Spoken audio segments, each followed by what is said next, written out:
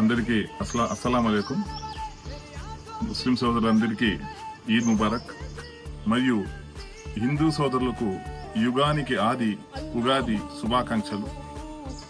ఈరోజు మనము ఈద్గాలలో ఇంత ప్రశాంతంగా ఒక మంచి వాతావరణంలో నమాజ్ చేసుకుంటున్నామంటే దానికి కారణం